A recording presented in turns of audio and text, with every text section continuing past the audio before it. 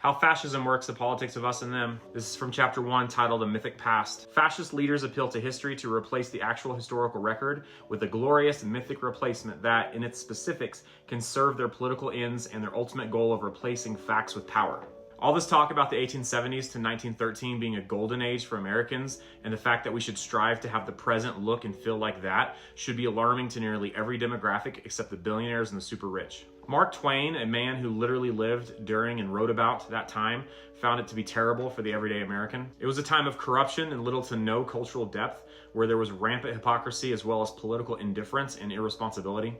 And there were no regulations on business, as shown very vividly by Upton Sinclair's The Jungle, and children as young as 5 or 6 were dying all the time in mines or in factories, or from some sickness they caught from having to live in 1 to 2 bedroom apartments with a dozen other people who couldn't afford the most basic medicine. And a handful of men possessed an alarming percentage of the wealth and lived like kings, while workers' wages were so low they could barely cover basic necessities. And as far as the federal government's role in all of this, Walt Whitman said, in all their branches and departments except the judiciary, they are saturated in corruption, bribery, falsehood, maladministration. So no, that window of time wasn't when America was great. Try another decade or time frame.